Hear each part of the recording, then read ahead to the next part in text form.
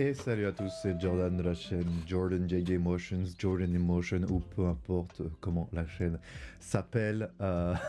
Je suis de retour après 5 mois d'absence et quelques kilos voilà, de fin d'année en plus.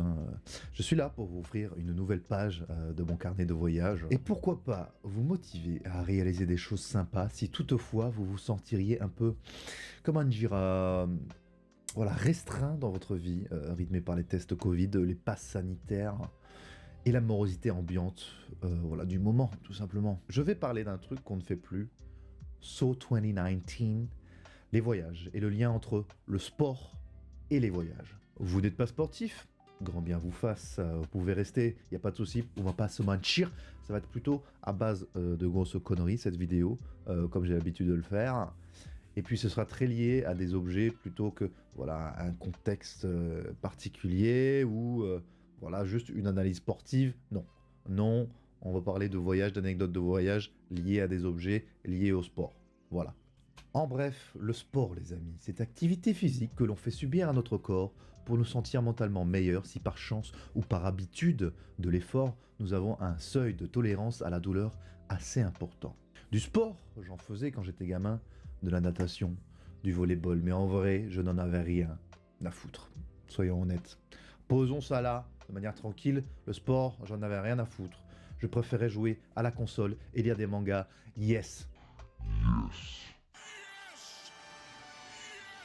J'ai commencé à faire du sport sérieusement quand ma mère m'a promis que si je perdais 8 kilos, vu que j'étais un enfant en surpoids, voilà, si je perdais 8 kilos, elle m'offrirait la Nintendo DS à l'ancienne les amis. Voilà, je suis allé la chercher à l'ancienne, la Nintendo DS, la toute première console voilà, complètement tactile. Incroyable, incroyable la Nintendo DS, les souvenirs maintenant. À l'époque ça coûtait 250 balles, et maintenant pour la Switch, voilà, ça coûte 300 balles. Voilà, les temps changent. Bon, en vrai, si j'avais été, voilà, elle, je n'aurais pas fait ce genre de deal, voilà, avec mon enfant. J'irais le faire courir sous la pluie, dans le froid et la douleur, pour lui apprendre la vie. Je déconne, peut-être. Peut-être je déconne, je ne sais pas. Je n'ai pas encore d'enfant. Bref, j'ai commencé à faire le meilleur sport en solitaire. Après la masturbation peut-être. La course à pied, pour perdre du poids et surtout pour plaire aux gonzesses. Finalement pas trop de gonzesses, mais une passion pour la course à pied grandissante, qui est devenue une drogue. Je m'emmerde, je vais courir. J'ai même lâché les jeux vidéo pendant 6 ou 7 ans, puisque je me disais, voilà, au moment où je jouais à la console, tu pourrais être en train de courir. Alerte comportement toxique de personnes en manque de confiance en soi, ne pas reproduire à la maison. Ce qui m'a amené du coup à courir une vingtaine de semi-marathons dans ma vie et 5 marathons complets. Ouais.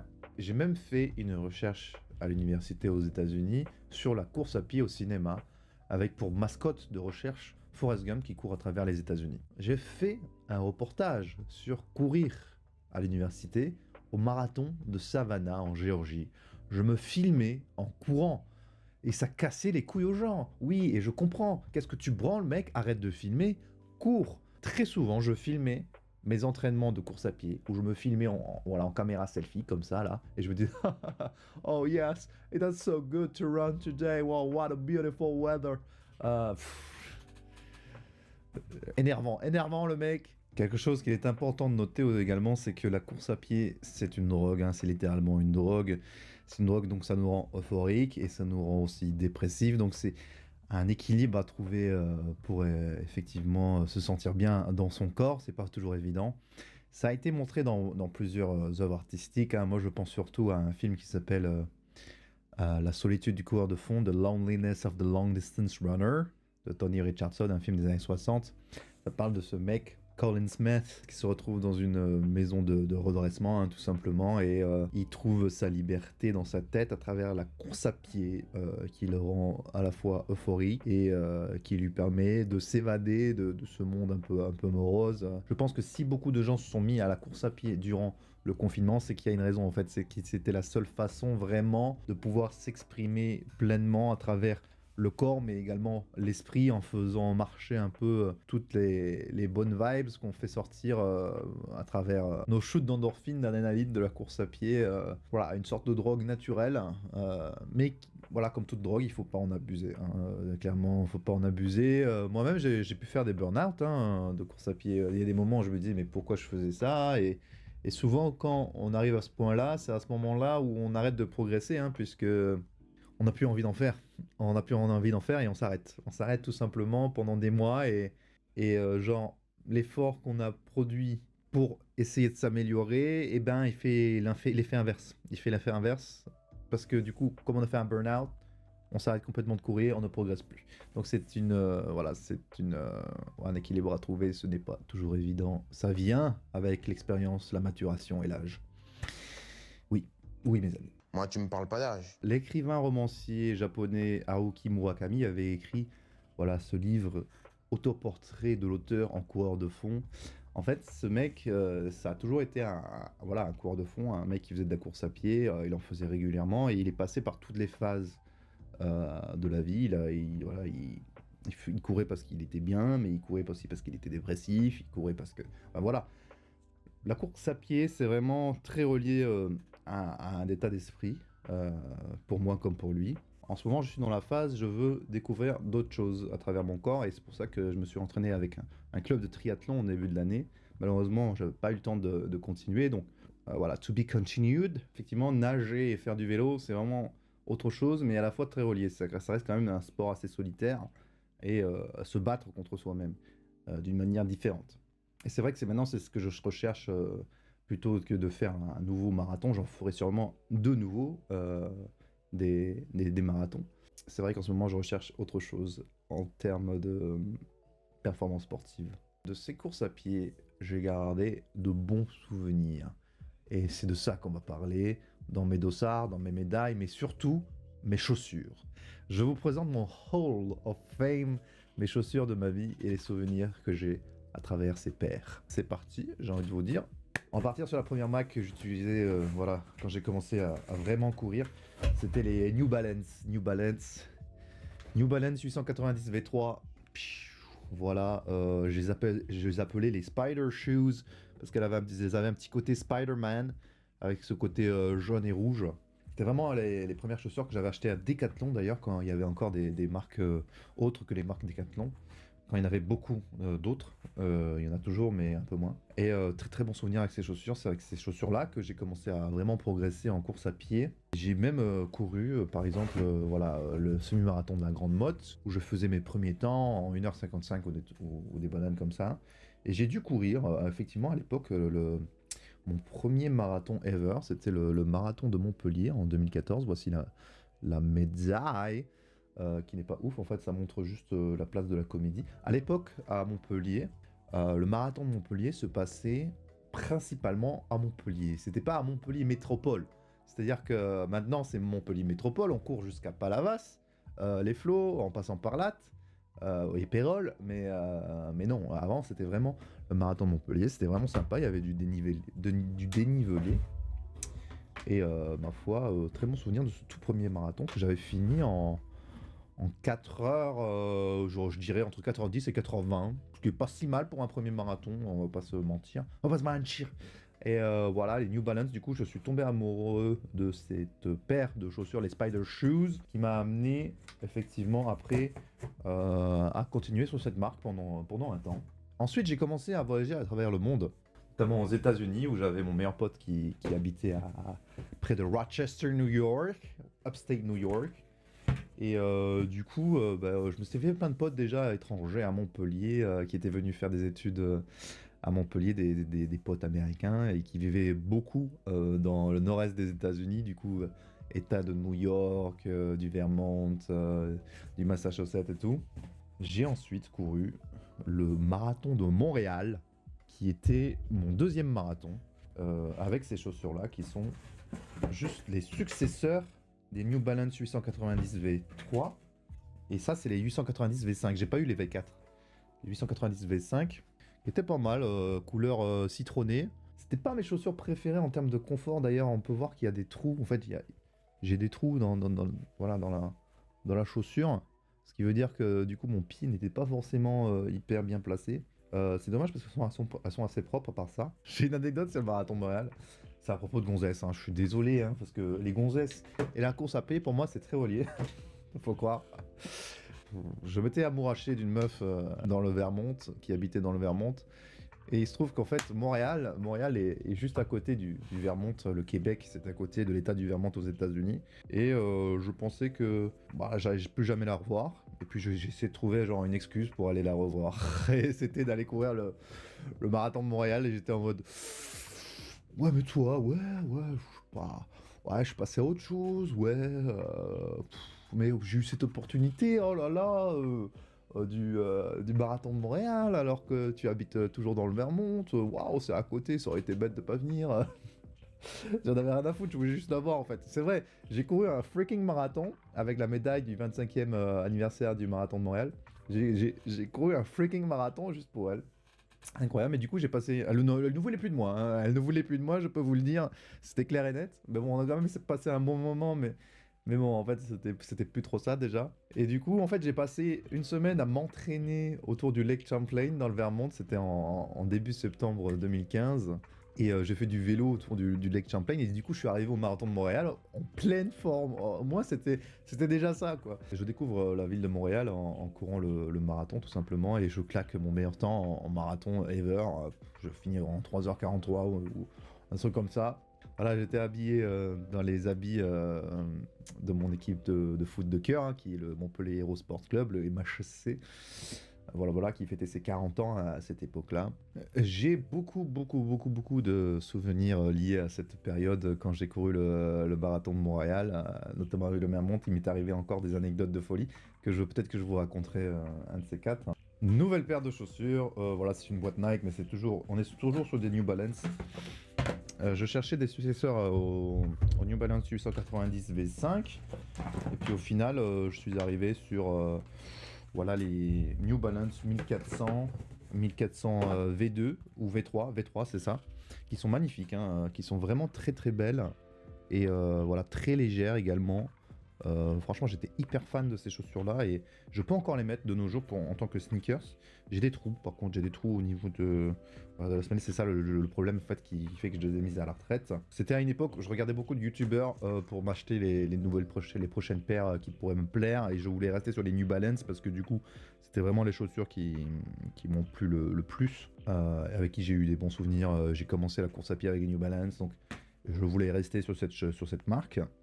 Et j'ai même cherché à racheter ces paires-là, mais j'ai jamais pu les retrouver. Je les avais achetées sur Amazon à l'époque. J'ai couru une nouvelle fois le marathon de Montpellier, c'était en 2016. Ouais, c'était un temps de merde. C'était la première fois que je faisais le marathon Montpellier Métropole. Donc il y avait un vent de folie, c'était en mars. Et en plus, je devais courir jusqu'à la mer, jusqu'à Palavas-les-Flots. Je vous dis pas l'enfer là-bas. Les ravitaillements étaient à chier aussi. Genre, les mecs, les ravitaillements, il n'y avait pas d'eau, il y avait du coca. Mais du coca, genre Eco Plus, tu vois, c'est genre atroce. Et du coup, durant le même mois de mars 2016, j'ai fait semi-marathon de la Grande Motte. J'ai fait marathon de Montpellier et j'ai fait semi-marathon de Prague. Je suis allé jusqu'à Prague. Très bon souvenir à Prague, magnifique ville, il faisait un temps superbe, j'étais avec ma super pote voilà, du lycée qui faisait Erasmus à Cannes, à Prague. Je vais vous dire de Prague, franchement, quelle régalade ces chaussures, très bon souvenir avec ces chaussures, les 1400 V3. Après, quand j'ai déménagé aux États-Unis, cette année-là, j'ai acheté leur successeur, la 1400 V4, avec lesquels j'ai couru le marathon de Savannah en Géorgie. Qui était mon avant-dernier marathon. Très dur ce marathon, je ne sais pas pourquoi, je pense que j'étais pas hyper en forme à l'époque. Et puis les chaussures m'ont fait un mal de chien. Malheureusement, je n'ai pas retrouvé le confort que j'avais eu avec la 1400 V3 de New Balance. Et du coup, en fait, j'étais tellement dégoûté par ces chaussures que je les ai juste jetées à la poubelle. Je les ai laissées aux États-Unis, je les ai jetées à la poubelle. Voilà. Et suite à ça, oh là là, toutes les médailles que j'ai gagnées avec ces chaussures qui m'ont pas forcément marqué plus que ça finalement. Waouh, c'est un truc de fou. Ou alors c'est juste qu'elles sont lourdes, je sais pas. Finalement, j'ai arrêté New Balance. Pourquoi j'ai arrêté New Balance? Parce qu'à l'époque, quand j'étais aux États-Unis, c'était durant les élections de Donald Trump. J'ai été dégoûté, autant vous dire que voilà, je ne m'y attendais pas du tout et que ça a été vraiment choquant. Et à l'époque, je me rappelais, il y avait cet article qui disait que New Balance soutenait Donald Trump. Et là, à partir de là, j'ai fait, c'est plus possible en fait, c'est juste plus possible. Je peux pas continuer à porter des New Balance. Ça me dégoûte, ça me fait penser à lui. Du coup, je me suis rabattu sur cette édition limitée très reliée à l'État de Géorgie qui s'appelait les Mizuno Peachtree Road Race, parce qu'apparemment, genre pour le 4 juillet, la fête nationale américaine, il faut une course spéciale à Atlanta qui s'appelle la The Peachtree. Peachtree parce que Atlanta est la ville de la pêche, le fruit.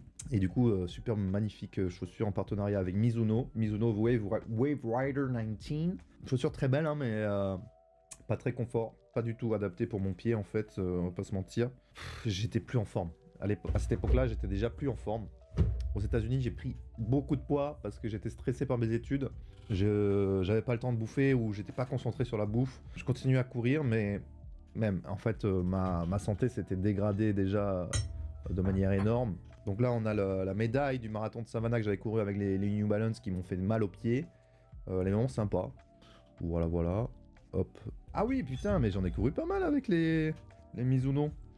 Bon, la médaille du marathon d'Atlanta, c'est l'État de Géorgie. Et j'ai une anecdote sur cette médaille, c'est que, en fait, à la base, il n'y avait plus de place pour courir le marathon d'Atlanta. Et je m'étais inscrit pour le semi-marathon, du coup. Mais je voulais vraiment courir le marathon, donc ce que j'ai fait, c'est que j'ai photoshopé mon dossard. Parce qu'à un moment donné, genre, sur la piste, sur le circuit, genre, si tu vas à gauche, c'est le semi-marathon, si tu vas à droite, c'est le marathon. Et du coup, comme j'avais un faux dossard, ils m'ont envoyé sur la piste du marathon. Et du coup, sur le résultat du marathon d'Atlanta, il y avait marqué Run the wrong race. Le mec a couru la mauvaise course, en fait, comme si je m'étais perdu, en fait. Ensuite, j'ai couru le semi-marathon de Nashville, mais avec mon ami Kira, qui habitait à Nashville à l'époque. Nashville, superbe ville, la ville de la musique, de la country music, du rock aux États-Unis. Oh, superbe ville, c'était génial. Mais par contre, j'étais plus en forme. J'étais claqué au sol. Qu'est-ce que je peux vous dire? Franchement, c'était naze. J'avais déjà pris trop de poids. Impossible de vraiment faire quelque chose de bien durant cette course. Et du coup, ma dernière course de l'année, c'était le semi-marathon de Disneyland Paris, voilà. Où j'ai fait un temps de merde, je vous jure. Les gars, j'étais tellement claqué. Alors, marathon de l'Atlanta, je l'avais couru en 4h50, ce qui est mon pire résultat en marathon. Même mon premier marathon, je l'avais fait en 4h10 ou un truc comme ça. Le semi-marathon de Nashville, j'ai dû le faire en 2h. Et le marathon de Disneyland, j'étais tellement pas en forme physiquement, j'ai dû le faire en 2h10. 2h10, alors qu'avant, j'avais battu mon record en semi-marathon à Prague. Je l'avais fait en 1h42, un truc comme ça. Donc, j'avais perdu une demi-heure sur ma performance physique, quoi. Mais c'était atroce. Et du coup, j'ai dû essayer de remonter la pente. Et à partir de là, je me suis retrouvé à racheter les chaussures de mes débuts, sauf qu'elles étaient en bleu cette fois. Les New Balance 890 V3, les Spider Shoes, mais elles étaient bleues cette fois. Parce qu'elles étaient en fonction de la marque Garmin des montres. Et c'était par rapport à l'équipage Garmin du Tour de France. Voilà, ils avaient fait cette chaussure en édition limitée. Bah voilà, du coup, je suis reparti sur les bases pour reprendre ma forme physique. Et puis j'ai couru quoi? J'ai couru le semi-marathon de Montpellier en 2018. Voilà, finisher du semi-marathon, une médaille un peu pourrie. Mais très bons souvenirs avec mes amis Grégor et Lucas. Et puis ça allait beaucoup mieux. Je crois que j'avais couru ce semi-marathon en 1h52 ou un truc comme ça. Et du coup là, on va partir sur mes perles les plus récentes voilà, de ma vie de coureur et qui m'ont permis de rester en forme. Les Altra Escalante, ce sont des chaussures que j'ai décidé d'acheter pour m'introduire au monde du zero drop, c'est-à-dire avoir une foulée beaucoup plus naturelle et moins me faire mal au niveau de tout ce qui est équilibre du corps en général. C'est vraiment une chaussure que j'adore, elle est légère et puis elle est très confortable. Il y a une toe box qui est vraiment large, ce qui est bien pour moi qui ai des pieds larges et qui ai souvent eu des problèmes de saignement au niveau des pieds, notamment avec les Mizuno aussi. J'avais eu des saignements durant le marathon d'Atlanta. Je vais vous dire, c'était un cauchemar. Du coup, je les ai remplacés par leurs grandes sœurs qui sont sorties après. C'est pareil, c'est des Altra Escalante, mais c'était genre les 2.5 ou un truc comme ça. Et avec les Altra Escalante, j'avais couru notamment le semi-marathon de Toulouse. J'étais voilà, plus ou moins de retour dans ma forme, mais j'étais encore un peu lent. J'ai fait le semi-marathon de Toulouse en 1h53 ou un truc comme ça, ouais. Et ma foi, c'est pas mal, surtout qu'au semi-marathon de Toulouse, j'avais vraiment fait un gros effort pour arriver à ce 1h53. Je pense que j'étais au-delà de la limite pour vraiment essayer voilà, de tout donner, ce qui m'arrive pas tout le temps quand je fais un semi-marathon, soyez honnête. Genre, souvent j'ai envie d'être bien quand je cours et j'ai pas envie de finir comme une loque parce que j'ai des choses à faire après. Et du coup, après, il fallait que je change mes Altra Escalante noirs puisqu'elles commençaient à être abîmées. Bah, du coup, je suis parti sur une autre marque qui est assez populaire aux États-Unis, mais pas trop en France, mais que j'ai toujours bien aimé. Donc là, j'ai craqué sur le design. C'est un peu comme avec les Mizuno de la pêche. C'est les Brooks Run Lucky. Bon, je les ai pas nettoyés, il va falloir que je me lave les mains après. Les Brooks Run Lucky pour la Saint-Patrick, voilà. Et on peut voir qu'il y a des détails avec les trèfles, les trèfles Lucky Charms, les trèfles à quatre feuilles. Qui sont vraiment des super chaussures. J'ai couru notamment le semi-marathon de Barcelone avec. Voilà, c'était en octobre dernier. Je l'ai fait en 1h42. Franchement, maintenant, je suis vraiment bien au niveau de mon physique. 1h42, j'aurais pu même faire mieux. J'ai couru les 20 km de Montpellier également, où j'étais hyper performant. Que vous dire de plus, franchement, un très bon souvenir avec ces chaussures. Alors, le pourquoi du comment de cette vidéo, finalement, eh ben, écoutez, le sport, se sentir bien dans son corps, c'est quelque chose de difficile. Et parfois, on n'a pas toujours on n'est pas toujours bien aidé. On n'est pas toujours bien aidé, on n'a pas les bons facteurs, on n'a pas les bons outils, et on n'a pas les bons instruments, on n'a pas les bonnes techniques, et on n'a pas la motivation. Vous savez, à chaque fois, quand je vous dis que, par exemple, au début, je voulais courir pour les gonzesses, finalement, j'ai eu une passion pour la course à pied. Mais même, genre, littéralement, des fois, tu cours parce que tu penses à quelqu'un. C'est peut-être pas une gonzesse, ça peut être un ami, un membre de ta famille, ça peut être tout et n'importe tout, pas tout, ça peut être tout et n'importe quoi, tu vois ce que je veux dire? Prouver à toi-même que tu peux le faire et t'en vanter sur les réseaux sociaux aussi, hein. Il y a ce petit côté aussi, genre, regardez-moi, j'en suis capable, regardez-moi, je peux soulever des montagnes. Bref, c'est vrai qu'il y a un côté narcissique à faire de la course à pied. L'essentiel que j'essaye de trouver, c'est un équilibre personnel. Un équilibre personnel, me sentir bien dans mon corps et ça passe effectivement aussi par de temps en temps faire des semi-marathons sans être vraiment fatigué, tout en ayant fait un temps que je considère correct. Et pour moi en ce moment, je considère qu'un semi-marathon est plutôt réussi quand je fais un temps entre 1h40 et 1h45. J'espère rester à cette limite. Là, par exemple, j'ai pris un petit peu plus de poids, comme je vous ai dit depuis la dernière vidéo, mais j'ai beaucoup plus de muscles et beaucoup plus d'expérience. Donc, je sais que par exemple là, je pense que si demain je fais un semi-marathon, je pourrais le finir entre 1h40 et 1h45, même si j'ai pris 6 kilos de plus. Et ça, c'est vraiment incroyable. En soi, je suis vraiment heureux voilà, de ma forme physique en ce moment. Ça pourrait toujours être mieux, mais bon, c'est déjà pas mal. Mais en tout cas, j'espère que vous avez apprécié, mine de rien, voilà, malgré tout. Et on se voit bientôt pour une autre vidéo, peut-être des anecdotes de voyage un petit peu plus claires et nettes. À bientôt les amis.